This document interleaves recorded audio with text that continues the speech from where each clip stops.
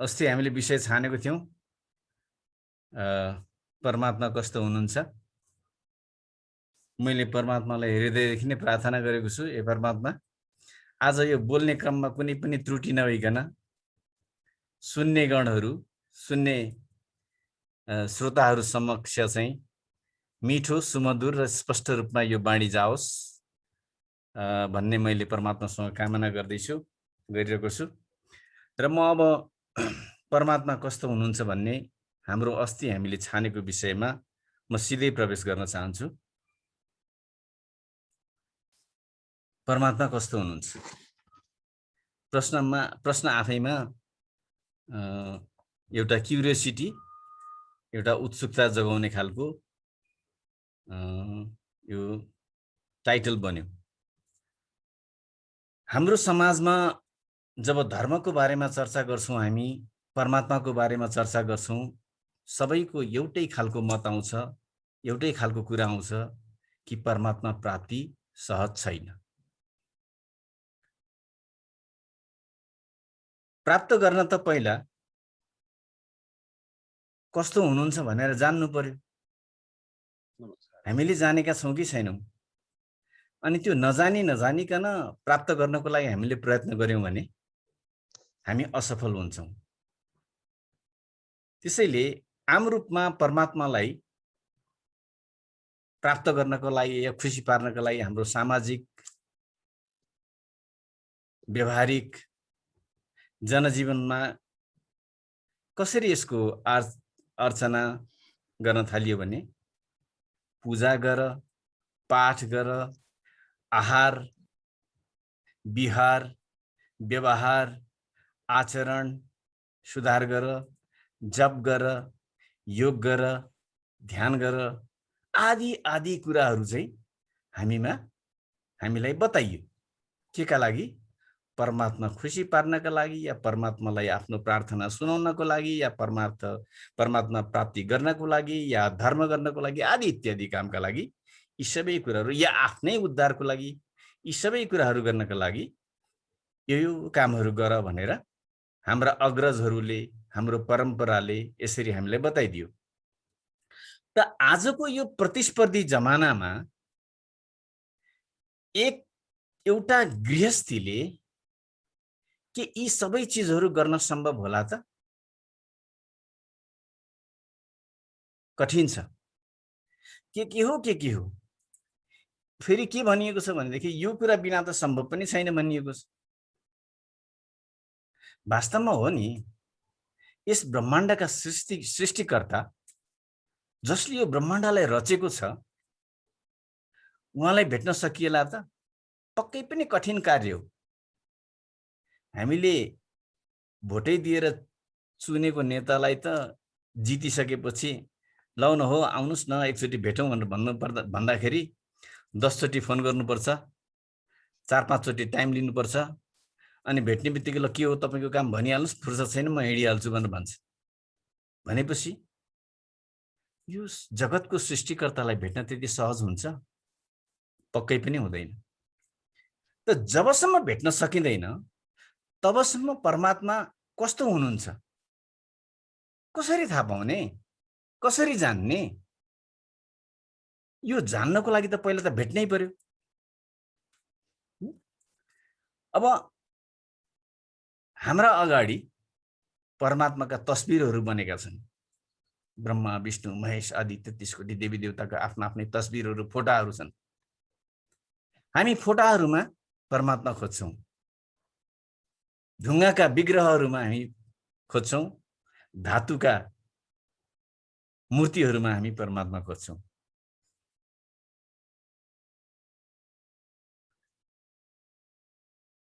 अब यी मन्दिरहरूमा सजाइएका, चाहे ती फोटा हुन्, चाहे ती ढुङ्गाका प्रस्तरहरू हुन्, विग्रहहरू हुन्, मूर्तिहरू हुन्, आदि इत्यादि जे हुन्, हामी पनि जान्छौं, त्यहाँ गएर हाम्रो आफ्नो श्रद्धा सुमन चढाउँछौं।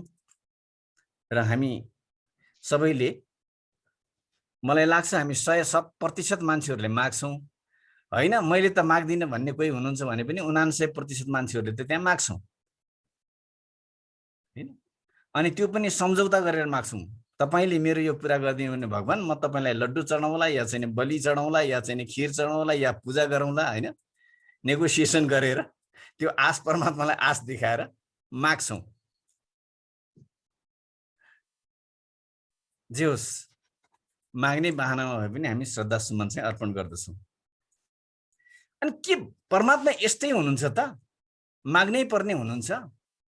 त्यो विग्रहमा कुदिएको जस्तै हुनुहुन्छ या फोटोमा बनाएको जस्तै हुनुहुन्छ त परमात्मा? कसैले पनि सोध्दैन। वास्तवमा सबैलाई सोध्न मन लागेको हुन्छ। यो सबैलाई सोध्न मन लागेको हुन्छ, सबैको जिज्ञासाको विषय हो। यो जिज्ञासाको विषय नहुने कोही पनि मान्छे छैन होला यो धरतीमा। तर कसैले पनि सोध्दैनन्। कारण, यसको कारण छ। के कारण छ भनेदेखि हामीलाई सिकाइएको छ, हामीलाई बताइएको छ कि परमात्माको सम्बन्धमा दुविधा राख्नु पनि हुन्न है। परमात्माको सम्बन्धमा कसैले दुविधा राख्छ भने त्यो पाप हो। ल हेर्नुस्, यसरी पढाइएको छ। सानो उदाहरण, हाम्रै परिवारमा कुनै एउटा परिवारको सदस्यले, बच्चा नै किन नहोस्, सदस्यले म भगवान सबगवान मान्दिनँ भनेर भन्यो, ओहो कस्तो पापी जन्मेछ भनेर हामी सुरु गरिहाल्छौँ हैन। हामी त्यहाँबाट सुरु गर्छौँ। बाबु यस्तो हुँदैन भनेर भन्दै जान्छौँ र टेरेन भने कस्तो पापी जन्मेछ भन्छौँ। त्यो किन आयो त हाम्रो मुखमा? हाम्रो जीवनमा किन आयो त्यस्ता शब्दहरू भने हामीलाई जानेर या नजानेर हामीले यही सिकाइएको छ कि परमात्माका सम्बन्धमा कुनै पनि दुविधा नराख, जस्तो छ त्यस्तै गरेर मान, अन्यथा पाप लाग्छ, परमात्माले सजाय दिनुहुन्छ। यसरी व्याख्या गरिएको छ, जुन कुरा आफैमा गलत छ, मलाई चाहिँ गलत लाग्छ। त्यसले गर्दाखेरि परमात्मालाई खोजी गर्ने यी चिजले गर्दा, यो कुराहरूले गर्दाखेरि परमात्मालाई खोजी गर्ने ढोका हाम्रो बन्द गरिदियो। परमात्मालाई दुविधाको ढङ्गबाट हेर्न हुँदैन। अर्थात् चाहिँ परमात्मा कस्तो हुनुहुन्छ, के हुनुहुन्छ भनेर सोध्ने होइन। भन्ने बित्तिकै परमात्मालाई खोजी गर्ने ढोका हाम्रो बन्द गरिदियो। अब बिना खोजी परमात्मालाई मान्ने मात्रै कुरा भयो, जान्ने कुरा भएन। अब मानेको परमात्मा कस्तो हुनुहुन्छ कसरी भन्नु? जानेको परमात्मा भए पो यस्तो हुनुहुन्छ भनेर भन्न सकिन्थ्यो। मानेको परमात्मालाई त यस्तो हुनुहुन्छ भनेर भन्न सकिएन। र मलाई लाग्छ शास्त्रहरूले पनि हामीलाई कतै पनि, मलाई लाग्छ यस्तो भनेको छैन कि परमात्मा चाहिँ म्युट गरिदिनु होला। कसको आयो आवाज?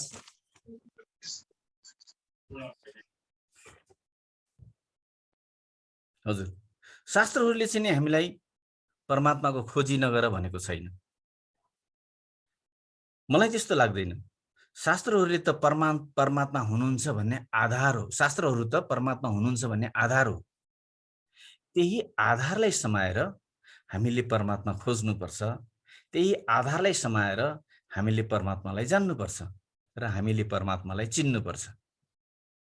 यहाँ मैले यो परमात्मा भनिरहँदाखेरि यसलाई भगवान भनिएको या ईश्वर भनिएको, यो परमात्मा भनिएको भनेर यसलाई डिफ्रेन्सिएट, यसलाई फरक बनाएर नहेरियोस्। मैले परमात्मा भनेर त्यो परम शक्तिलाई, त्यो परम सत्ताको सत्ताधारीलाई भनेको हुँ है। तर केही धर्मको नाममा आफ्नो अधिपत्य जमाउने सोच भएका हाम्रा मान्छेहरूबाट, धर्माभिरू भनौँ न, त्यस्ता मान्छेहरूबाट परमात्माका सम्बन्धमा शङ्का नगर भनिदिँदा परमात्मालाई मान्ने मात्रै काम भयो, जान्ने काम सधैँ बाँकी रह्यो। जबसम्म जानिँदैन कसरी भन्न सकिन्छ कि परमात्मा यस्तो हुनुहुन्छ भनेर। मैले यो प्रसङ्गलाई पछि लिएर आएर जोड्ने गरेर म हजुरहरूलाई अर्को एउटा प्रसङ्गमा लिएर जान्छु। यो प्रसङ्गलाई याद राखिरहनु ल, म यो प्रसङ्गमा पछि जोड्छु। म अर्को प्रसङ्ग श्रीमद् भागवत गीताको 10औं अध्यायमा लिएर जान चाहन्छु हजुरहरूलाई र 10औं अध्यायको 17 र 18 नम्बरको श्लोक। मैले श्लोक उच्चारण गरिन, हजुरहरूलाई थाहा छ। श्लोक लेखेको श्लोकको चाहिँ नम्बर भनेको 10 अध्याय 17 र 18। म यसको चाहिँ अनुवाद नै भन्छु। यहाँ अर्जुनले भगवान कृष्णलाई भन्नुहुन्छ कि हे परमयोगी, म हजुरको कसरी निरन्तर चिन्तन गरौँ, म हजुरलाई कसरी जानू, हजुरलाई मैले कसरी जानू, कुन रूपमा म हजुरको स्मरण गरौँ। मलाई यो श्लोक, यसको भावार्थ यहाँ अहिले बताइरहँदा र मैले पनि यो पढ्दाखेरि मलाई कहिलेकाहीँ यहाँनिर मलाई घोच्ने गर्छ क्या। भगवान श्रीकृष्ण अगाडि हुनुहुन्छ, अर्जुनको अगाडि संवाद भगवान श्रीकृष्णसँग अर्जुन र भगवान कृष्णको चाहिँ अर्जुन र कृष्णको संवाद चलिरहेको छ। र त्यो चलिरहेकै प्रसङ्गमा अर्जुनले भन्नुहुन्छ कि भगवान, मैले हजुरलाई, हे परमात्मा, मैले हजुरलाई कसरी चिनु, कसरी जानू। र फेरि भन्नुहुन्छ, हे जनार्दन, हजुरको शब्दरूपी अमृतको स्वाद जति सुने उति मिठो लाग्छ। म यो हजुरको शब्दरूपी अमृत सुनेर म कहिले तृप्त हुँदै हुन सक्दिनँ। त्यसैले हे जनार्दन, कृपा गरेर मलाई योग शक्ति र ऐश्वर्यको बारेमा, हजुरको ऐश्वर्यको बारेमा वर्णन गर्नुहोस् भनेर अर्जुनले भगवान कृष्णलाई भन्नुहुन्छ।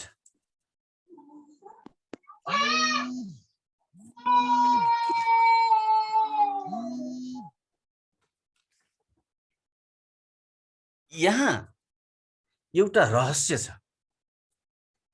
कृष्ण अगाडि हुनुहुन्छ, उहाँसँगै संवाद हुँदै आएको छ। र फेरि पनि अर्जुन भन्नुहुन्छ, मैले कसरी हजुरलाई जानू। 17 नम्बरको श्लोकले त्यो भन्छ। र 18 नम्बरमा फेरि अर्जुनले के भन्नुहुन्छ, योग शक्ति र ऐश्वर्यको बारेमा वर्णन गर्नु। यसले यहाँ के बताउँछ भने कृष्णलाई अर्जुनले केमा जान्न खोजेका छन् भन्ने कुरा बताउँछ के। स्वरूप, कृष्णको स्वरूप अगाडि छ, कृष्णको रङ स्पष्ट छ, कृष्णका पहिरनहरू अगाडि नै छ, कृष्ण साथैमा हुनुहुन्छ। र फेरि पनि अर्जुन भन्दछन्, भगवान, म हजुरलाई कसरी जानू। अनि त्यो जान्नको लागि चाहिँ अर्जुनले के भन्छन्, योग शक्ति र ऐश्वर्यको बारेमा बताउनलाई आग्रह गर्छन्। र भगवान कृष्ण चाहिँ फुरुङ्ग पर्नुहुन्छ। किन फुरुङ्ग पर्नुहुन्छ भनेदेखि हजुरको यो शब्दरूपी अमृत सुनेर त म कहिले तृप्त हुनै सक्दिनँ भनेपछि भगवान कृष्ण पनि फुरुङ्ग हुनुहुन्छ। यहाँनिर यो योग शक्ति भनेर भनेको समग्रताको शक्ति, पराशक्ति र सर्वव्यापी परमात्माको सर्वव्यापक भएर हरेक घटघटमा बस्ने चर या अचर, चर र अचर सबै ठाउँमा बस्ने शक्तिको बारेमा यो योग शक्ति भनेर भनिएको मैले यसरी बुझेँ। र यहाँ ऐश्वर्य भनेर भगवानको श्री सम्पत्तिको कुरा गर्ने, यहाँ ऐश्वर्य भनेर भगवानको दिव्यताको कुरा चाहिँ अर्जुनले सुन्न खोज्नु भएको छ। र यसले यहाँ के अर्थ लगाउँछ भनेदेखि अर्जुनले कृष्णलाई अगाडि हुँदाहुँदै पनि केमा जान्न खोजे त उहाँको सर्वव्यापकतामा र उहाँको दिव्यतामा जान्न खोजे, उहाँको क्षमतामा, उहाँको सामर्थ्यतामा जान्न खोजे, उहाँको स्वभावमा जान्न खोजे। हामीले कहाँ खोजिरहेछौँ? हामीले रूपमा खोजिरहेछौँ, हामीले पहिरनमा खोजिरहेछौँ, हामीले विग्रहमा खोजिरहेछौँ, हामीले मूर्तिमा खोजिरहेछौँ। हाम्रो फरक यहाँनिर छ। अब त्यसपछि अर्जुनले सोधिसकेपछि त कृष्णले बताउनु भयो। यो चाहिँ मलाई लाग्छ 19 देखि, त्यही 10औं अध्यायको श्लोक नम्बर 19 देखि 42 सम्म चाहिँ यसको चर्चा भएको छ। यसमा चाहिँ भगवान भन्नुहुन्छ म कस्तो हुँ अर्जुन, ल सुन है भन्नुहुन्छ। यो हामी सबैले सुनेका छौँ, मनन गरेका छौँ कि छैनौँ त्यो मात्रै प्रमुख कुरा हो। मलाई लाग्छ 19 देखि 10औं अध्यायको 19 देखि 42 श्लोकसम्म, अन्तिम श्लोकसम्म हामीले त्यसलाई पढ्यौँ। 24 वटा श्लोक छ, त्यो 24 वटा श्लोकलाई राम्रोसँग पढ्यौँ र त्यसमा एकदमै गहिरिएर चिन्तन मनन गर्यौँ भने परमात्मा कस्तो हुनुहुन्छ त्यहाँ छर्लङ्ग हुन्छ। शब्दलाई मात्रै केलायौँ भनेदेखि त गाह्रो होला, तर त्यसको भाव, त्यसको चिन्तनमा गयौँ भनेदेखि चाहिँ त्यो चाहिँ छर्लङ्ग हुन्छ। मलाई त्यस्तो लाग्छ। र अनि त्यसैले हामीले त्यो पढेर चिन्तन गर्नुपर्छ भन्ने मेरो आग्रह हो। र अनि भगवान भन्नुहुन्छ अर्जुन, मेरो वैभव रूपको वर्णन साथै असीमित मेरा ऐश्वर्यहरूको बारेमा सुन। भगवान भन्नुहुन्छ जीवात्माहरूको हृदयमा बस्ने परमात्मा म हुँ। म आदि हुँ, म मध्य हुँ, म अन्त्य हुँ। हामी सबैले सुनेका छौँ, आदित्यमा विष्णु हुँ, तेजमा सूर्य हुँ, वायुमा मरीच हुँ, नक्षत्रमा चन्द्रमा हुँ, वेदमा सामवेद हुँ। सबै मैले भन्दिनँ। प्राणीमा चेतना हुँ। यहाँ भन्दै जानुभयो। र मृत्युमा, सर्वभक्षीमा म मृत्यु हुँ भन्नुभयो। त्यसपछि फेरि के भनिदिनु भयो भने अर्जुन अगाडि हुनुहुन्छ, अर्जुनसँगै वार्ता भइरहेको छ र भगवान भन्नुहुन्छ पाण्डवानां धनञ्जय। लौ, अर्जुन अगाडि हुनुहुन्छ, त्यही पाण्डवमै म अर्जुन हुँ भनेर भन्नुहुन्छ भगवान कृष्णले। जसको अगाडि, जसलाई बताइरहनु भएको छ म यो हुँ भनेर, उसैको अगाडि नै परमात्माले, कृष्णले के भन्नुहुन्छ, म तिमी नै हुँ, पाण्डवमा म तिमी नै हुँ भनेर भनिदिनु भएको छ। मलाई यहाँनिर एउटा बोध भएको छ, अर्जुनको जस्तो जिज्ञासा, अर्जुनको जस्तो कृष्ण प्रेम, अर्जुनको जस्तो भक्ति, अर्जुनको जस्तो संस्कार लिएर हामीले पनि एकचोटि परमात्मालाई सोध्यौँ भने के भन्नु होला? पक्कै पनि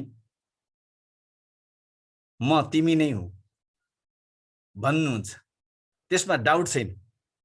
म तिमी जस्तै छु।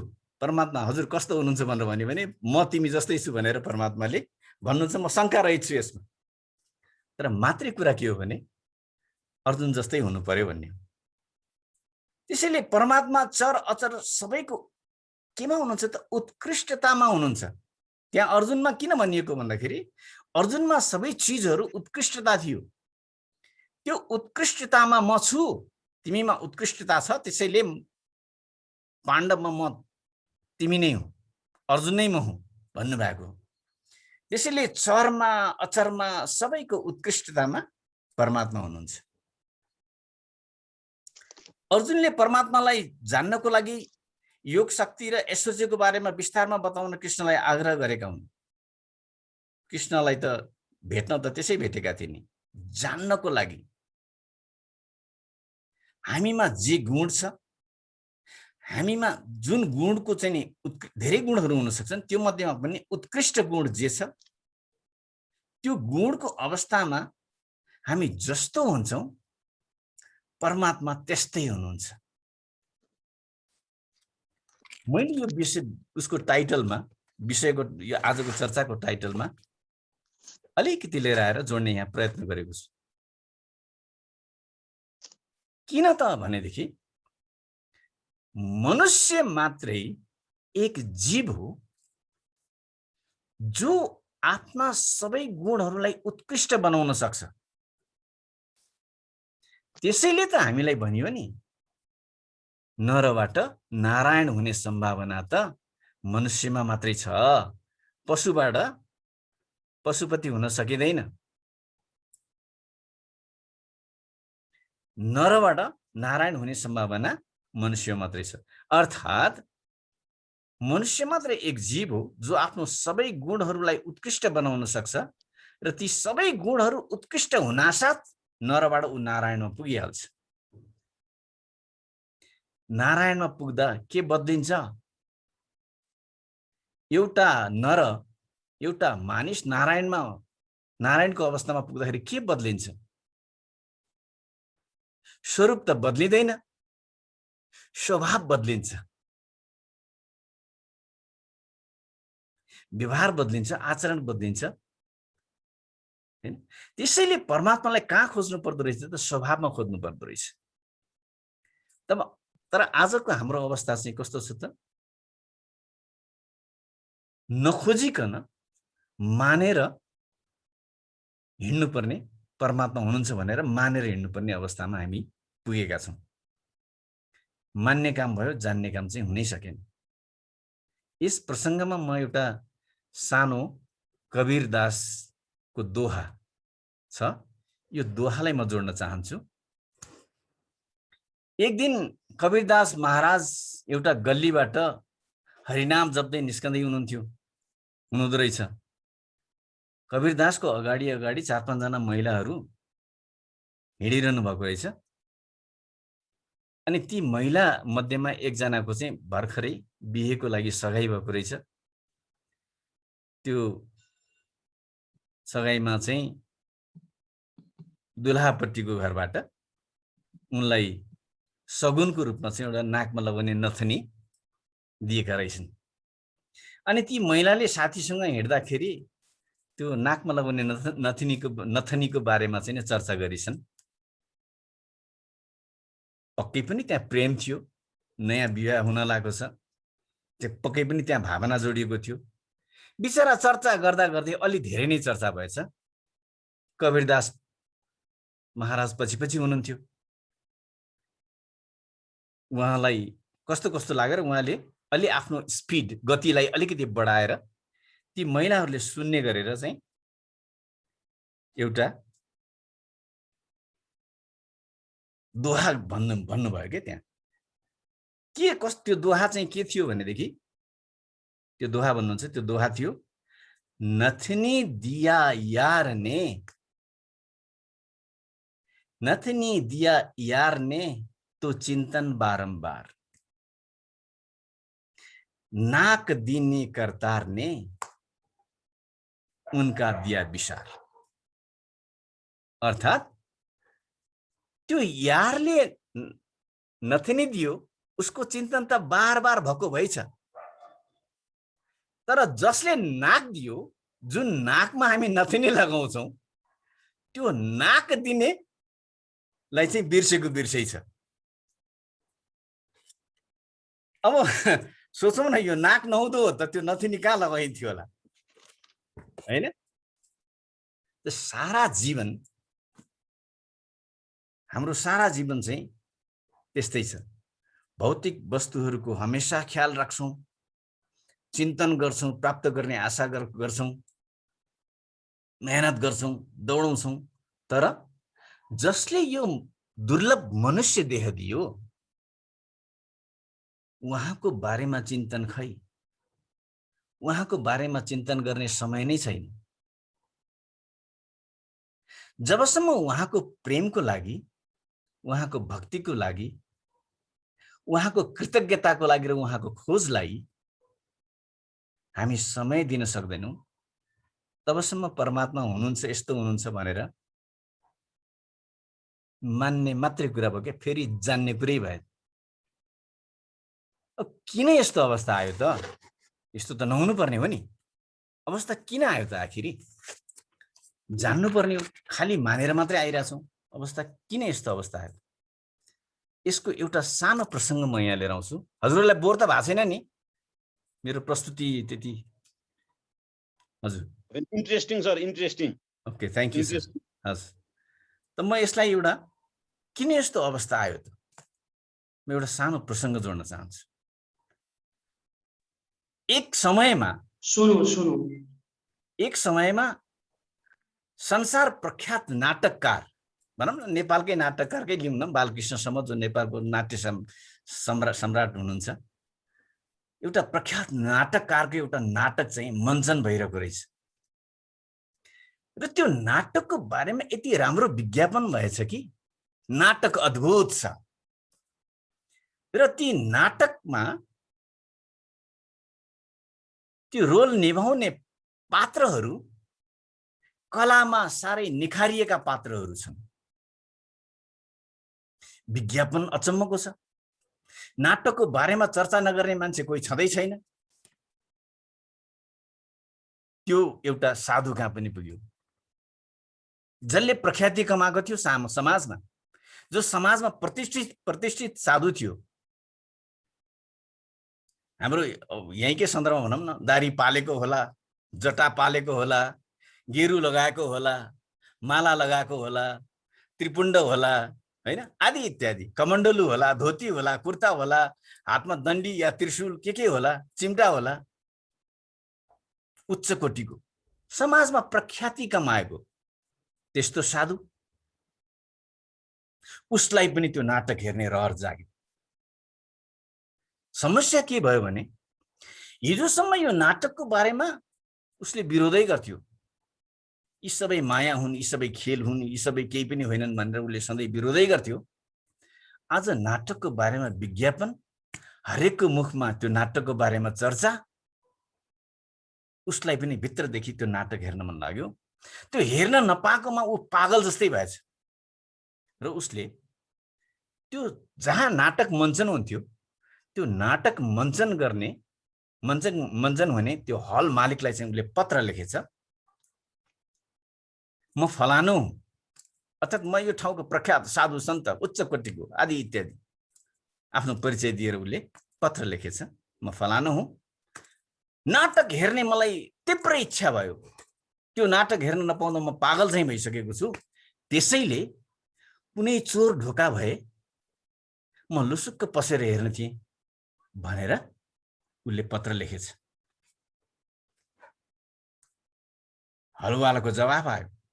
जवाफ तुरुन्तै हलुवालाले तुरुन्तै जवाफ लेखे, ए चोर ढोका छ त हामीसँग, त्यो चोर ढोका धर्मगुरु सज्जन साधु सबैका लागि तिनीहरूको लागि बनाइएको, जो आम मान्छेहरू पस्ने ठाउँबाट पस्न सक्दैनन्।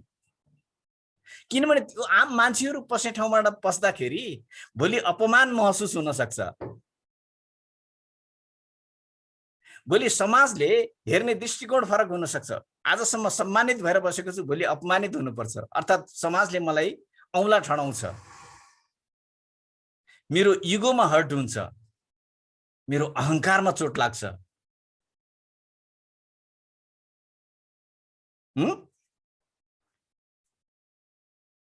त्यसैले उनीहरू कहाँबाट पस्छन् त?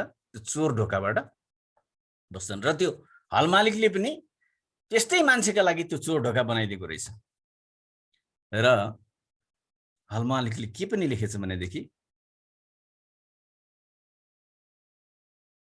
हे महान सन्त, यो चोर ढोका मैले यस्तै मान्छेहरूको लागि बनाइदिएको हुँ, यसमा म ग्यारेन्टी गर्छु कि तपाईलाई कसैले देख्दैन, तर एउटा शर्त छ, तपाईले प्रवेश गरेको त अरू कसैले देख्दैनन्, तर भगवानले देख्नुहुन्न भन्ने कुरा चाहिँ म ग्यारेन्टी लिन्न है। अरू मानिसले देख्दैनन् भन्ने कुरा त म ग्यारेन्टी लिन्छु, तर भगवानले देख्नु हुँदैन भन्ने कुराको ग्यारेन्टी म लिन्न भनेर हल मालिकले पत्रमा लेखेछन्। साधु त पागल थियो नाटक हेर्नलाई, उसले छोडिदियो, अरू कुरा केही पनि ख्याल गरेन।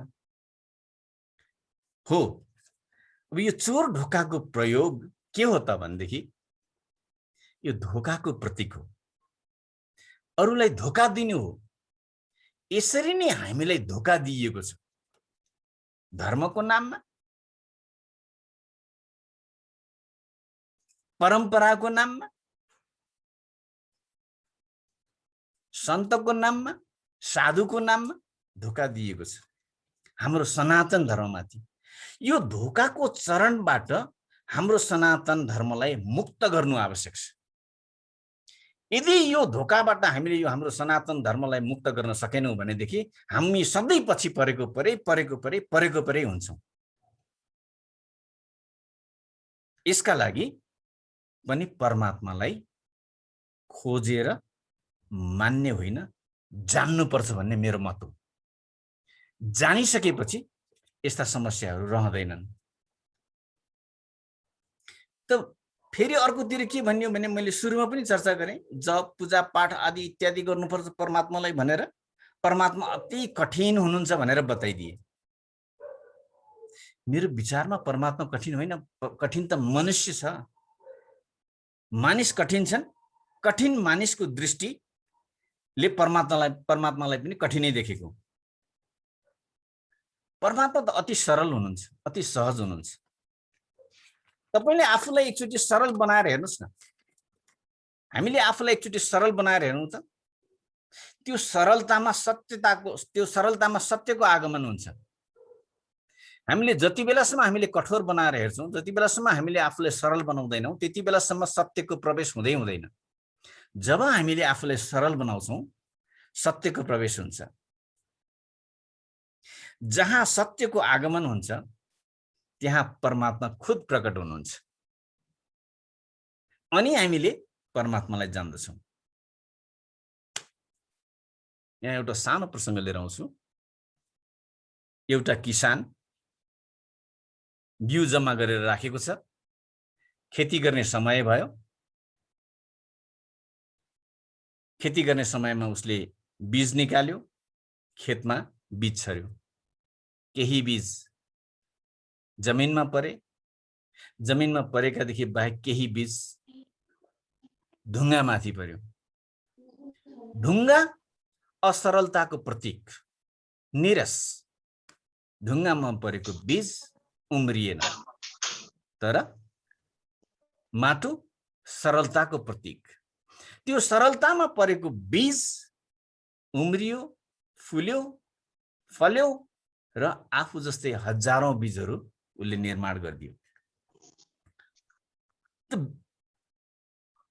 जसको हृदय अहमले भरिएको छ, लोभले ग्रसित छ, विषय वासनाहरूले ग्रसित छ, अहंकारले ओगटेको छ, त्यस्तो कठोर हृदयमा जतिसुकै गरे पनि, जतिसुकै हामीले गरे पनि, जतिसुकै बीज छरे पनि त्यहाँ चाहिँ उम्रिनेवाला छैन, त्यहाँ उम्रदैन। त्यसैले यहाँ आउँदा म आजको चर्चाको विषय परमात्मा कस्तो हुनुहुन्छ भन्ने बारेमा बताइरहँदाखेरि तपाई जस्तो हुनुहुन्छ परमात्मा त्यस्तै हुनुहुन्छ भनेर मैले भन्न चाहे। किनभने अर्जुनलाई पनि भगवानले त्यसै भन्नुभयो र अरु ठाउँ पनि त्यसै भन्नुभयो।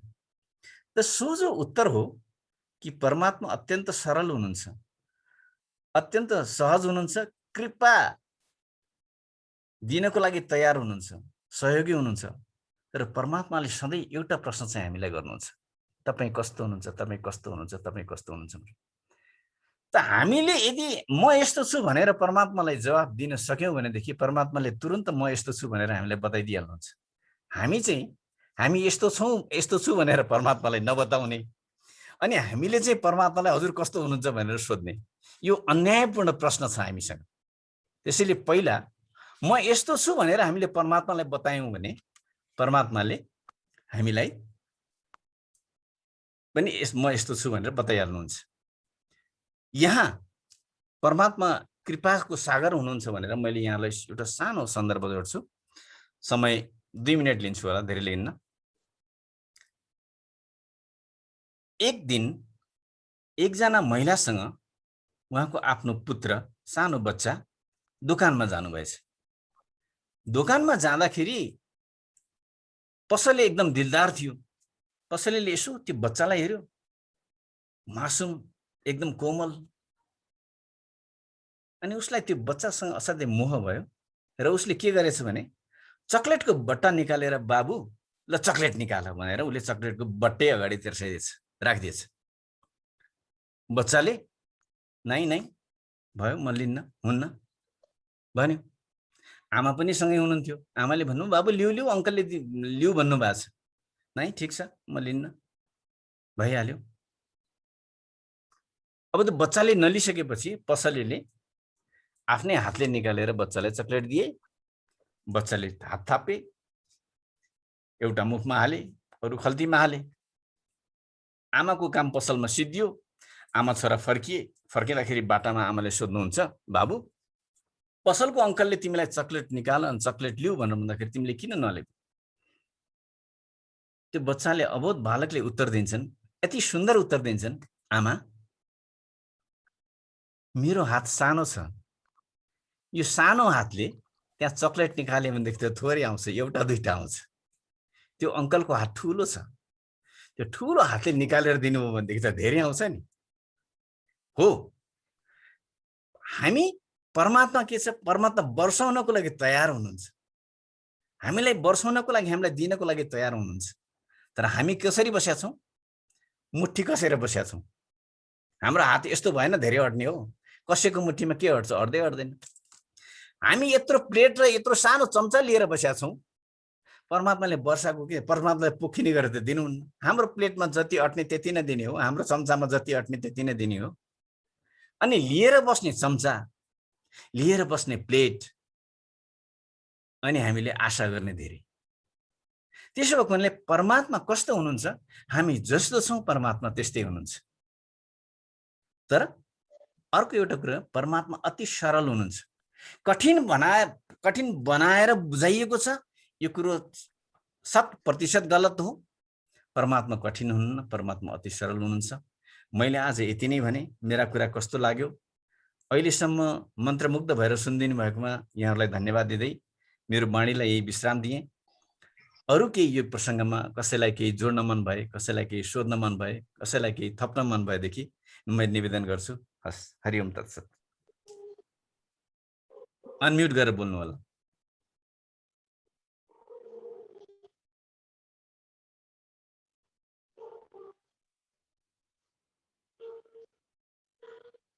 कतैबाट केही जिज्ञासा आएन अथवा थपे पनि हुन्छ?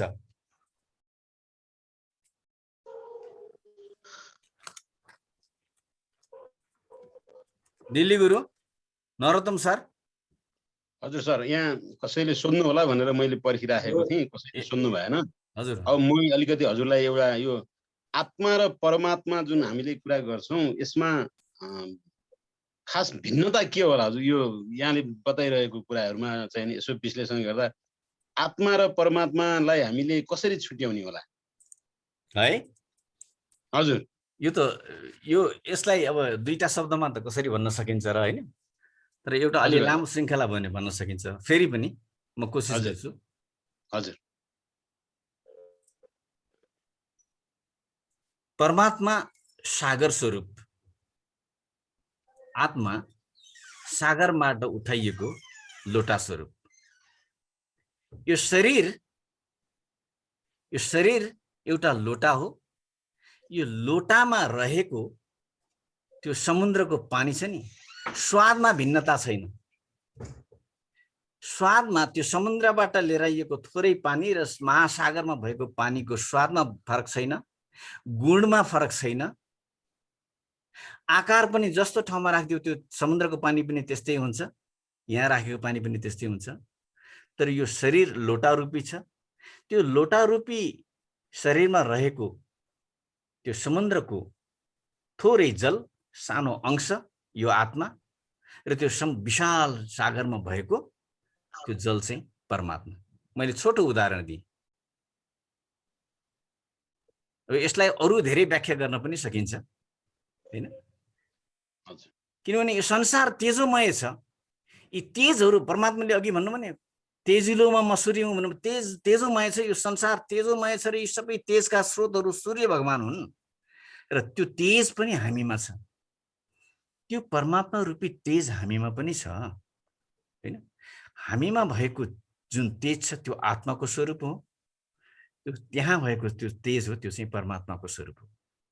त्यसैले यो अंश र अंशीको मात्रै भेद हो, अरू केही पनि होइन मेरो बुझाइमा।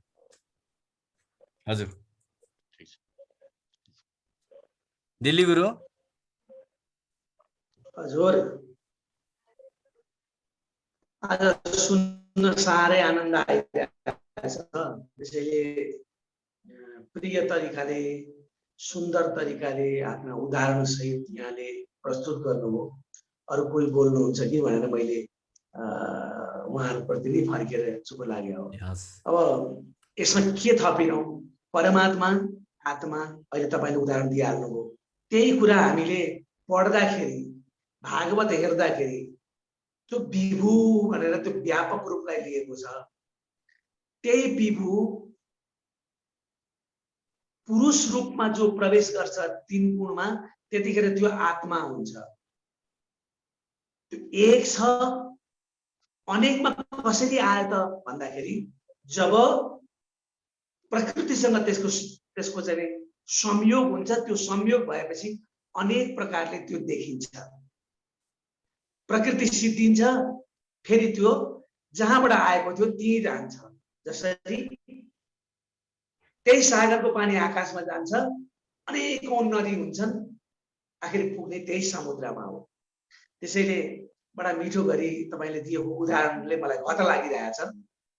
एउटा लोटाको जल र सागरको जल, त्यही पूर्ण ब्रह्म परमात्मा हो। हामीले अघि पुरुषको पनि चिन्तन गर्यौं। भागवतले स्पष्ट भनेको कुरा, जब पुरुष रूपमा त्यो प्रवेश गर्छ त्यसपछि अनेक रूपमा आउँछ। त्यो त्यतिखेर आत्मा बनेर आउँछ। त्यही पुरुष नै के हो? आत्मा हो। चाहे महिलाको आत्मा हो, चाहे पुरुषको आत्मा हो, चाहे कित्राको आत्मा हो, चाहे त्यो फट्याङ्ग्राको आत्मा होस्, आत्मा त सबै एउटै हो। वास्तवमा सूर्य त एउटै छ, हैन? त्यसैले हरेक चीज एउटै छ, तर नाना तरिकाले किन देखियो भने त्यो नाना तरिकाले देखिने कुरा चाहिँ प्रकृतिका कारणबाट भएको। समुद्र फरक किन भयो भने लोटाको कारणबाट। घैला किन एउटै माटो छ तर अनेक घैला भयो नि, त्यो बनोटका कारणबाट भयो। त्यसैले आत्मा अनेक देखियो, तर त्यो अनेक होइन। अघि तपाईले कस्तो राम्रो उदाहरण दिनुभयो। त्यो भित्रको प्रभाव, त्यो ईश्वर पूर्णमदः पूर्णमिदं यही त हो नि। त्यहाँबाट निस्किएको चिजमा पनि गुणहरू सबै त्यही छन्। त्यसैले त्यो आत्मामा जति गुण छन् त्यति त्यो चाहिँ परमात्माका गुणहरू छन् आत्मामा पनि। त्यसैले त्यहाँ मिलाउन सकियो भने त्यतिखेरको अवस्थाको नाम मोक्ष रहेछ। यो एउटा साह्रै घत लाग्यो। अनि परमेश्वरको बारेमा अघि तपाईले जुन कुरा गर्नुभयो, अब त्यो ईश्वर भनेको तपाईले चाहिँ अलिकति तात्विक कुरामा मात्रै गएको शब्दमा, ईश्वर शब्द रहेछ समग्रतालाई बुझाउने एउटा शब्द। समग्रतालाई बुझाउने, त्यसलाई मालिकपन भनिन्छ, पतिपन पनि भनिन्छ। त्यसैले पाति संरक्षित पति, जसले सम्पूर्ण कुराको संरक्षण गर्न सक्छ, सुरक्षा गर्न सक्छ र लय गर्न सक्छ, त्यसको नाम पति। र त्यो पतित्व ग्रहण गर्ने जो सम्पूर्णताको स्रोत हो त्यो ईश्वर, त्यो परम ईश्वर। त्यसैले त्यो को त भन्दा परम, त्यहाँ भन्दा मास्तिर अर्को छैन। भनेपछि त्यो कस्तो छ? व्यापक छ। त्यो सबैभन्दा ठुलो भयो भने पनि हामी देख्न नसक्ने भयो। त्यो कस्तो छ भन्दा त्यो सबैभन्दा सूक्ष्म पनि छ। किनभने त्यो अणु परमाणु भित्र कहाँ छ कहाँ थियो, अब त्यो हैन, सबैभन्दा सूक्ष्म छ, त्यसले पनि भेट्न सकिएन। भने गाह्रो र सजिलोको कुरा अघि तपाईले कति राम्ररी ल्याइदिनु भयो। शास्त्रतिर गइयो भने जटिलता हुन सक्ला, तर मन बुद्धि चित्त जब निष्ठामा बस्छ, निष्ठा भनेको रहनु, त्यो सत्यमा जब निष्ठामा बस्छ त्यतिखेर त्यो प्रकट हुने हो। त्यो पढेर प्रकट हुने होइन, हैन? म साधना गर्दैछु भनेर हुने होइन। मन बुद्धि चित्त जब निष्ठामा बस्छ, त्यो जो कोहीले पनि प्राप्त गर्न सक्छ। त्यसैले त्यो सजिलो चिज पनि छ। त्यो निष्ठामा नबस्दाखेरि चाहिँ त्यो भेट्न नसकिने कुरा, त्यो व्यापक छ, कहाँ हेर्ने। अब त्यही भएर भागवतको 2य स्कन्धमा विराट पुरुषको चिन्तन आयो। ब्रह्म कस्तो छ भन्दा तपाईले देखेको यो सारा ब्रह्माण्ड अतल वितल सुतल सबै त्यही हो। कहाँबाट खोज्नुहुन्छ तपाईँ? अनि त्यो कस्तो छ भन्दा त्यतिष्ठत साङ्गुलम, तपाईको अन्तस्करणमा छ, त्यो सबैभन्दा सूक्ष्म छ। बाहिर हेर्दा त्यो व्यापक छ, भित्र हेर्दा त्यो क्षीण छ। कसरी प्राप्त गर्ने भनेर त्यो प्राप्तिका कुराहरू चाहिँ 11 स्कन्धले बताउँछ। अघि सुन्दै जाँदाखेरि अब यो भागवत पढेको हुनाले त्यतातिर अलिक एकोरिएको हुँ म, किनभने ज्ञान सबै ठाउँमा एउटै प्रकारको हुन्छ। है। अब फेरि मैले मात्रै धेरै बोल्नु हुँदैन, अब अरूले पनि भन्नु होला। त्यसैले त्यो सजिलो छ, किनभने त्यो म भित्रै छ, मै हो, आत्मा नै हो। खोज्यो भने, आफूलाई खोज्यो भने प्राप्त गर्ने रहेछ। अब यो मैले अरूलाई पनि छोडेँ है। हस्, जीवन हामीले सरलतामा बाँच्ने प्रयत्न गर्यौं भने सत्यताको आगमन हुन्छ। सत्यताको आगमन भएपछि परमात्मा प्रकट हुनुहुन्छ। सिम्पल कुरा हैन, धेरै लम्बे चौडे कुरा नगरिकन। यहाँ कार्की सर, लव सर, भक्ति नारायण घिमिरे सर, हजुरहरू, सन्तोष गुरु,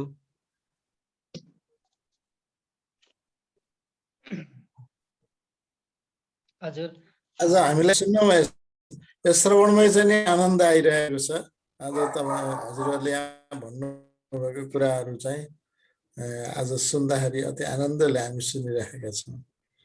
हस्, धन्यवाद। सन्तोष गुरु, एकदमै चाहिँ राम्रो प्रसङ्ग चाहिँ चलिरहेको छ हैन। यो चाहिँ अलिकति गहिरो कुरा पनि हो भन्ने मलाई लाग्छ। अब परमात्माको कुरा आयो, आत्मा र परमात्माको कुरा आयो। जसरी सूर्य उदय हुँदाखेरि चाहिँ हैन, परमात्मा रूपी त्यो सूर्य उदय हुन्छ हैन, र त्यसका किरणहरू चाहिँ यो पृथ्वीभरि आउँछन्, कुना काप्चा हैन, घर जताततै आउँछन्, मठ मन्दिर आदि इत्यादि सबैतिर त्यति किरणहरूले प्रवेश गर्छन्। मेरो बुझाइमा चाहिँ त्यो परमात्मा रूपी चाहिँ त्यो ईश्वरको हैन, त्यो सूर्यको चाहिँ किरणहरू जसरी चाहिँ छरिएर आउँछन्, त्यसरी नै आत्मा रूपी हामी समग्रमा हामी आएका हौं। र हाम्रो लक्ष्य त त्यही हो, पुग्नुपर्ने। तर अहिले हामी चाहिँ यो पृथ्वीमा आएका छौं हैन। अब ज्ञान रूपी चाहिँ सिँढीहरू चढ्दै चढ्दै हैन, साधना पनि हुन सक्छ, आत्मा ज्ञानका कुराहरू हुन सक्छ। यो सत्संग रूपी यस्ता सिँढीहरू पार गर्दै गर्दै फेरि पुग्ने त ठाउँ त्यही हो भन्ने मेरो बुझाइ। र मैले यति नै यहाँ चाहिँ निवेदन गरेँ। मलाई एकदम आनन्द लागिरहेको छ आजको प्रसङ्ग। मलाई लाग्छ आज हामीले यो जुममा चर्चा गरिरहँदाखेरि हामी यो जुमका सहभागीहरूले जुन परम आनन्दका साथ परमात्माको बारेमा चर्चा सुन्यौं, जुन रसपान गर्यौं, यो अवस्थामा हामीले परमात्मालाई परमात्मा हजुर कहाँ हुनुहुन्छ, कस्तो हुनुहुन्छ भनेर सोध्यौं भनेदेखि उहाँले के भन्नु होला कि आज सत्सङ्गमा बसेर जुन रसपान गरिरहेका छौ नि, त्यो रसमै म छु है भनेर भन्नुहुन्छ। यसको सिधा जवाफै त्यही हो, यो रसमै परमात्मा हुनुहुन्छ। तर हामी के गर्छौं, हामी रसपान त्यो अवस्थामा रहेर गर्छौं कि गर्दैनौं? जुन अवस्थामा परमात्माले हामीलाई रसपान गरोस् भन्ने चाहनुहुन्छ। फरक यही मात्रै हो, अरु अन्त कतै फरक छँदै छैन।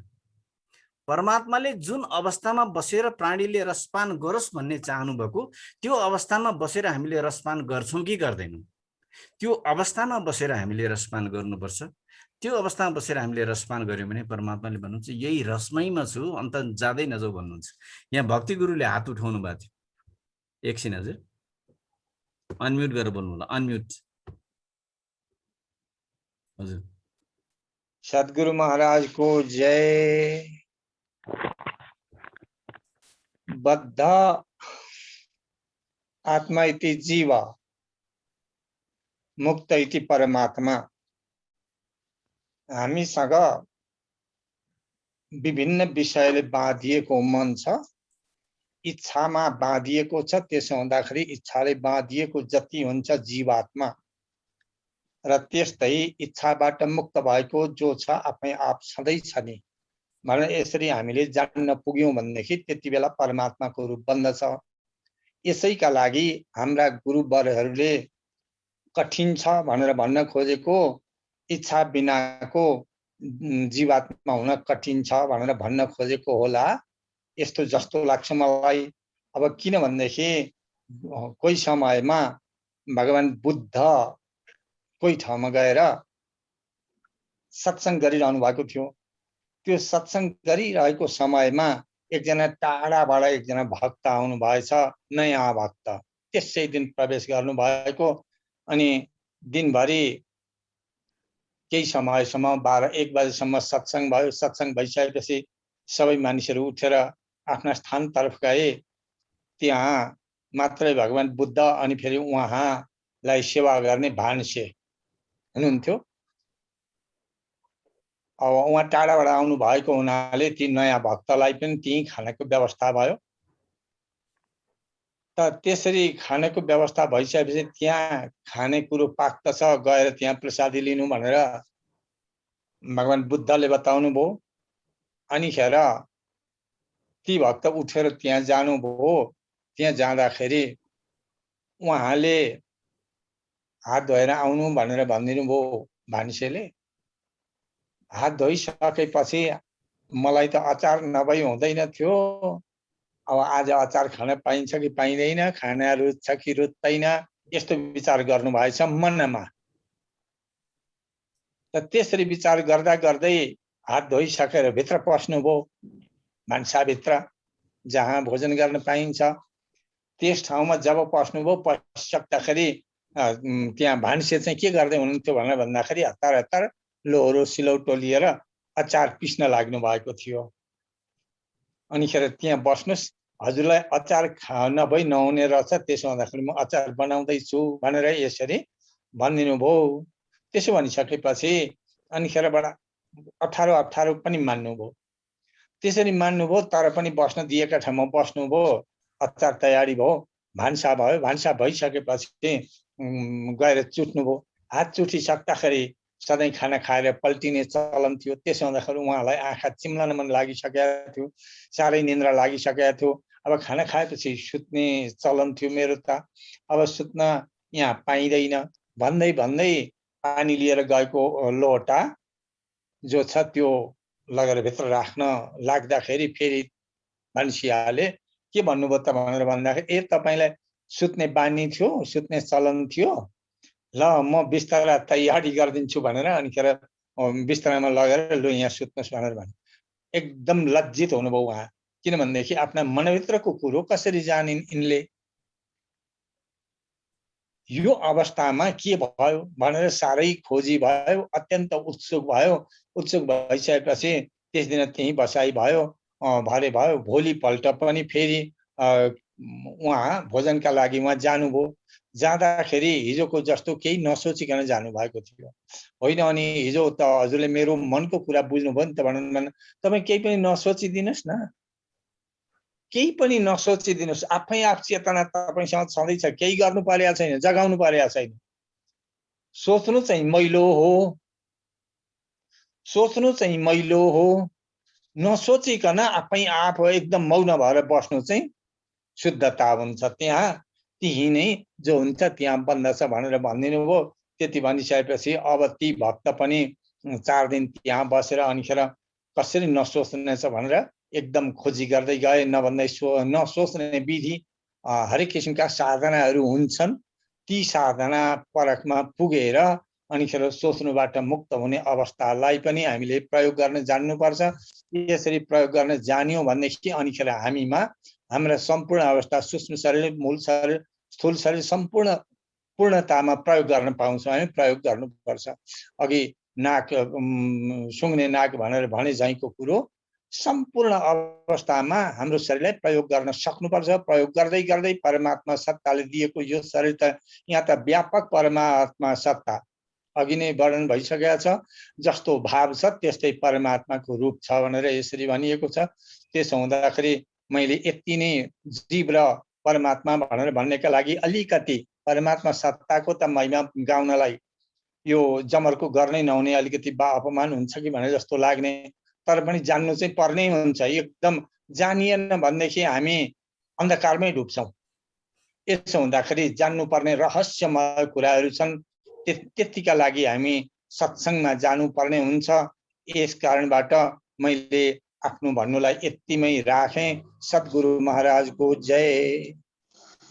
कार्की सर, हजुरको अघि हजुरले के थप्न खोजिरहनु भएको थियो? हजुर, मलाई आज कस्तो लाग्यो भनेदेखि हजुरको जुन शब्दले हाम्रो 4 वेद 18 पुराण उपपुराणहरू भनौँ उपनिषदहरू भनौँ यी सागरमा मोती खोज्नु बहुत कठिन कुरा छ, सबैले पाउन सक्दैनन्। त्यस्तो विषयलाई त्यो सागरलाई ल्याएर गागरभित्र हालिदिने काम यहाँले जुन गरिदिनु भयो र त्यो सारा शास्त्र के भन्छ भन्दाखेरि रसो वैशः, परमात्मा रस, त्यो अनन्त रस, त्यो नित्य नमनित रस, त्यस्तो अनन्त रसलाई यति सरल तरिकाले जुन यहाँले आज बताइदिनु भयो, मलाई त यस्तो लाग्यो कि ठ्याक्कै परमात्मै फेला पारे जस्तो चाहिँ अनुभूति यहाँले गराइदिनु भयो, अति गराइदिनु भयो। त्यसपछि म अति आभारी पनि भएँ। 24 क्यारेट त हजुरबाट भएकै थियो, त्यसमा पनि फेरि हाम्रो दिल्ली गुरुजीले कसी लगाइदिनु भयो। यति सुन्दरता भयो कि त्यसमा अब त्यसको भन्साध्य भएर म त्यसै अहिले अत्यन्त रसमा चाहिँ द्रवीभूत हुने अवस्थामा प्राप्ति भएँ। त्यसको लागि म आभार व्यक्त गर्दै मेरो शब्द यतिमै राख्छु। धन्यवाद। मैले माताजीहरूलाई पनि यसो केही कुरा गर्नुस् न भन्न मन लाग्छ। यही विषय मात्रै यही विषयमा बोल्नुपर्छ भन्ने पनि छैन। हजुर, यहाँ मैले यशोदाजीलाई देखिरहेको छु। हजुर हजुर नमस्कार। नमस्कार। हजुर उहाँले भने जस्तै मलाई पनि एकदम आनन्द लाग्यो, खुसी लाग्यो हजुर यो सुनेर। परमात्मै र भेट भए जस्तो भइरहेछ। के भन्ने, हजुरहरूले सबै कुरो भनिराखेको छ, सुनिराखेको छु। जय होस्, सबै गुरुहरूको दर्शन होस् है। एकदम मिठो लाग्यो, एकदम आनन्द लाग्यो। सुनिराखेको छु, आनन्द एकदमै। अब हामी जाने छैनौँ, अब के भन्ने, हजुरहरूले भनेको सुनेर बसिरहेको छौँ। म चाहिँ है हजुरहरूको के छ अरू हो ल हस् है त, जय होस्। धन्यवाद। यो हप्तामा हामीले आइतबारदेखि आजसम्म चर्चा गर्दाखेरिमा अरू दिन वस्तुपरक रूपमा काव्यात्मक सनातन वैदिक दर्शनको काव्यात्मक चर्चा गर्दै आइरहेका थियौँ भने आज सरले यो आत्मपरक शैलीमा दार्शनिक पक्षको चाहिँ जुन विवेचना गरिदिनु भयो र खास गरिकन अब परमात्मालाई हामी आफू जस्तो छौँ त्यस्तै किसिमले चाहिँ कल्पना गरेका हुँदा रहेछौँ भन्ने किसिमको कुरा र सामान्यतया अब गाई बस्तु अथवा कुनै पनि जनावरले यदि परमात्मा बनाउने हो भने उनीहरूले आफू जस्तै बनाउँथे होलान्। त हामीले चाहिँ नि अब आफ्नै जस्तो किसिमले परमात्माका ती स्वरूपहरू विभिन्न आकृतिहरू बनाउँदै आइरहेका छौँ। यथार्थमा चाहिँ नि फेरि पनि के हो त भन्दाखेरिमा अन्तर्मनमा चाहिँ नि आफूले जुन आनन्द जुन अब प्राप्त गरिरहेको जुन रस छ त्यो नै चाहिँ वास्तवमा के रहेछ भन्दा परमात्मा रहेछ भन्ने किसिमको कुरा जुन अहिले आज जुन दार्शनिक रूपमा चाहिँ यहाँले व्याख्या गरिदिनु भयो, बहुत मजा लाग्यो सर, धेरै रमाइलो लाग्यो। हजुर धन्यवाद। र आजको समय लगभग सकिएको हुनाले म लव सरलाई मङ्गलाचरण गरेर समयलाई बिदा गरिदिनुको लागि चाहिँ म आग्रह गर्दछु।